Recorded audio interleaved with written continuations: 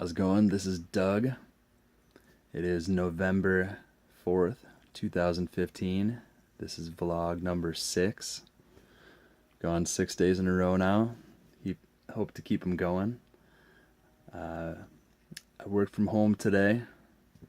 Woke up this morning and had a kid who had pink eye. Even with my contacts out, I looked at her and I was like, oh man, there's something going on there. Your eye's a little red there, kiddo. Sure enough, I mean, I knew right away that it was pink eye. But took her in and got some medicine. Luckily, I have a job where I'm able to work from home, so it wasn't the end of the world. Stayed home with her, and yeah, she's 7. Took care of herself pretty good. Stayed out of my hair for the most part while I was working. She worked on her book a little more. She worked on some of the pictures for her book today. Almost got them done. I think there's like 2, 3 left or something like that, but she's doing a great job. I'm super proud of her, and it's all her. Like, she's keeping the motivation going for herself to really do it. She wants it bad. I raked leaves tonight, and it was actually pretty awesome. I don't know what it is. So a couple days ago, when I was out cutting wood, I just loved that too. I'm not sure what it was, but I raked my entire front lawn tonight in the dark, because by the time I was done working today at 5:30, it was already dark. So here's me out with my rake in the dark. I've got the light on in front of my garage, giving a little bit of light, and my eyes adjusted pretty quick. But I broke 3 handles. So it's a brand new rake. Just bought it yesterday. Raking along. About 2 minutes in, snap, handle breaks. I was like, oh man, it's a piece of garbage. It broke already. Then I go and I make another handle out of a piece of bamboo, a nice long piece of bamboo that I had, and works for quite a while. But pretty soon it got under a really heavy load. Sorry, my dog's trying to play the in and out game. So anyway, this bamboo gets under a really heavy load and basically splinters. So go back to the drawing board, find a mop that had an old mop, like all crappy head, and it's got an aluminum handle. So I'm like, this is going to be perfect. This is awesome. So I screw that in there,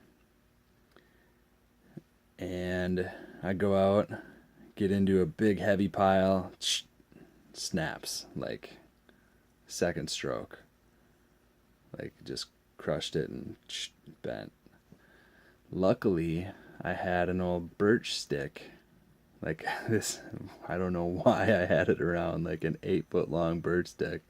Shoved that in there, put a couple screws in, and that thing worked perfect. Like, I'm out there like way underneath these huge piles, heaving, and it just worked like a dream. I don't know why I'm so excited about it. It was so, like, the exercise was awesome too. Like, I'm out there like, this is, I'm doing something physical.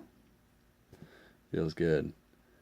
I think my body, when I do stuff like that recently, is telling me that I need to get more exercise, for sure.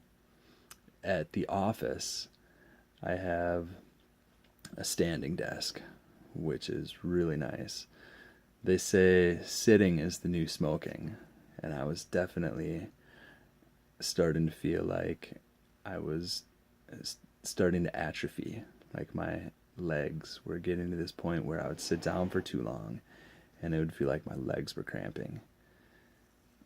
And yeah, I started using the standing desk, and everything's been peachy.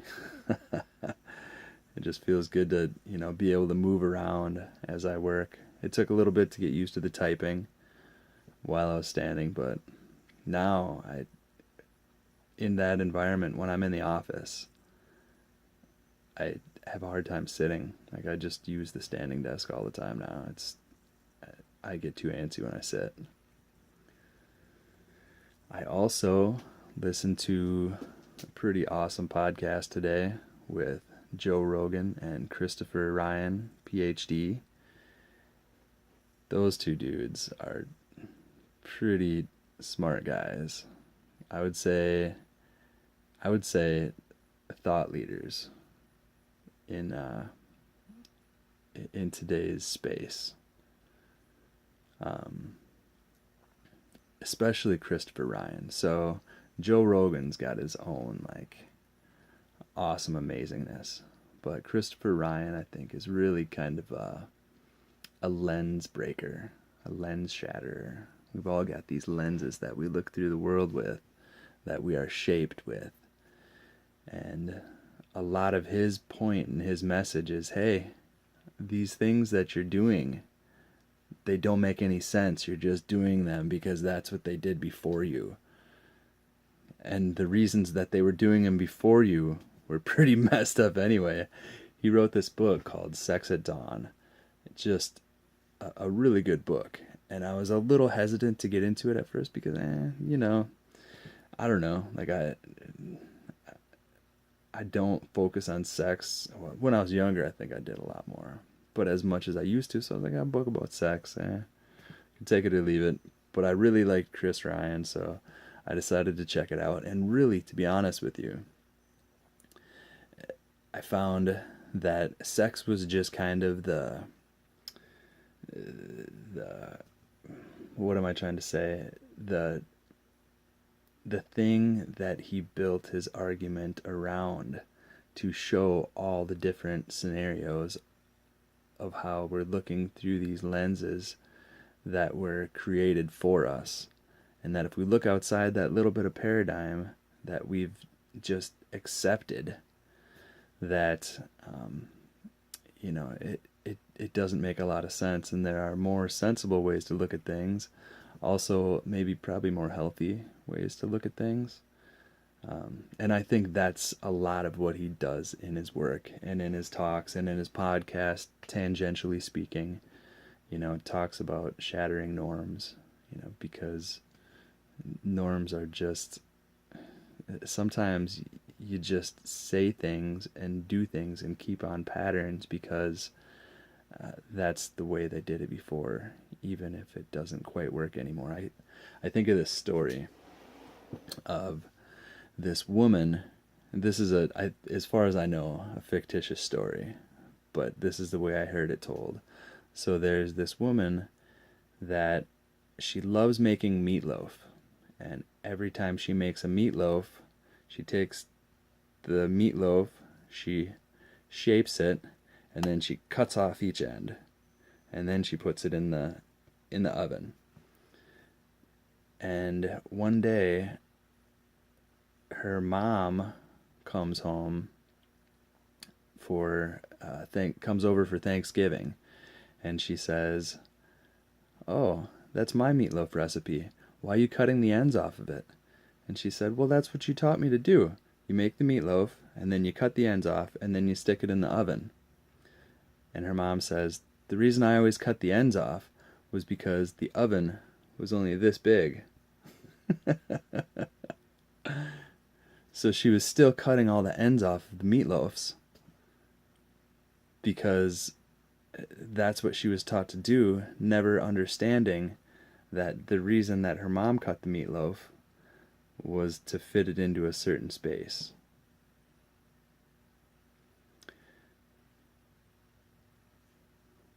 Bum bum bum. Anyway, then you got Joe Rogan. Dude is just awesome. Like, his quality of life just seems like it's stellar. Like, and you can tell by like his conversations and the way he expresses himself and the fact that he's just, he's pretty excited all the time just to be alive, and he's it seems like he's doing a good job. He's doing good things. Yeah, he's living it. He's living the dream. So, yeah, Joe Rogan podcast. In case you're not familiar, who doesn't know about Joe Rogan these days? If you don't, I would definitely say check him out. Other than that, you know, don't have a lot. Glad to be here.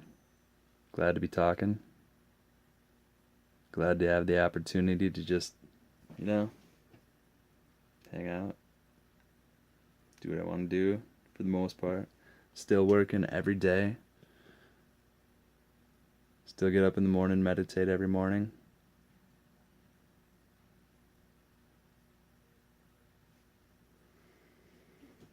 Alright, I got a quote. Then I'm going to call it. I'm going to call it a show.